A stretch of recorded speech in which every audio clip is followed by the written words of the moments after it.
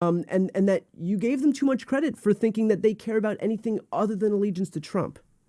Yeah, absolutely not. Not even close. In fact, I think since then, a lot of interesting things have happened that have showed that we're. I'm Here is, are you prepared to concede that, like I said, these people do not have any longstanding principles? There is nothing that you can do to shake their support, and that you gave them too much credit for thinking that they care about anything other than allegiance to Trump. I know they were messing with the water. Yeah, absolutely not. Not even close. In fact, I think since then, a lot of interesting things have happened that have showed that we're. I'm closer to right. And remember, I'm saying this as what I'm seeing and what I think is going to happen, but time will tell. So first, on Greenland and Panama, they don't really think he's going to invade Greenland or Panama. They think that that's his usual bluster. So I did some tweets about it just to, almost like test, do they have any kind of pushback, et cetera. And people were like, well, I mean, Panama owes us and et cetera. It's not like they think like we do exactly, not really that close. But when you get to yes, but should we invade Greenland or Panama?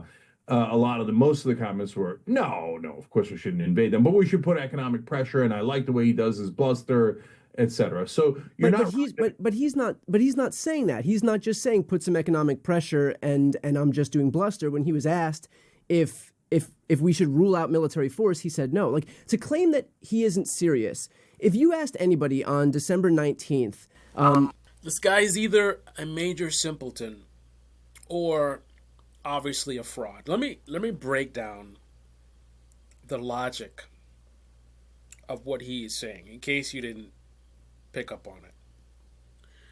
So the situation is, on one side, the argument is made that this is basically a cult.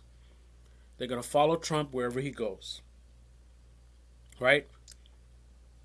There's not really a civil war or, there's not going to be any pushback. Where Trump goes, they go. Right? The other side of the argument is they say they're against corruption or whatever. That's nonsense. They're supporting a very corrupt guy. Lots of corrupt people surrounding him. There's corruption all over the place. I mean, it's just swamp upon swamp upon swamp. So people are saying, hey, man, they're not really against corruption. They're not with you. They're not acting in good faith. Right? So we're ultimately saying, don't trust their words because ultimately their actions will betray them. He's being questioned about whether these latest developments challenge his position.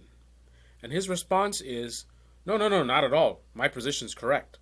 Because they are saying that they wouldn't support going to war with these places. So you have been believing in these people in their words, believing that their words are genuine. Brian Tyler Cohen is pointing out that their actions didn't match because Trump's talking about, potential military force, and they're like, whatever. That's their actions. He's talking about military stuff, and they're not taking action and saying, no. Right? They're just like, whatever. Cenk's argument is that, no. This is not proof that their words don't mean anything, because here are some other words that they used.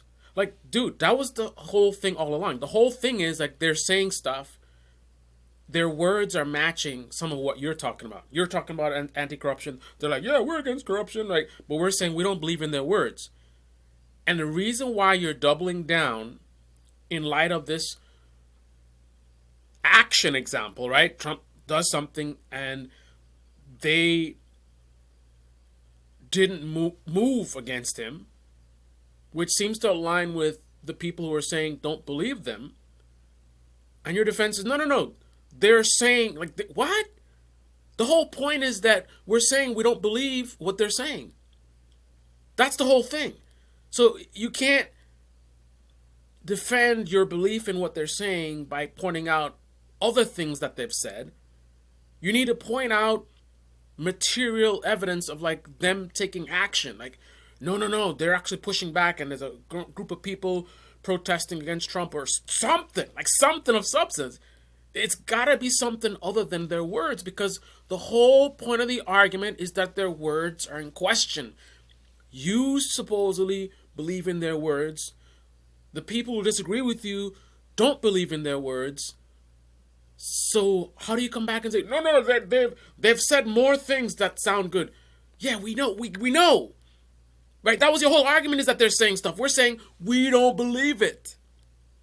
So either he's completely brain dead and he can't understand just basic logic, or he's completely disingenuous and he knows exactly what he's doing, and it's all a grift. You decide. Comment below, let me know what you think this is all about.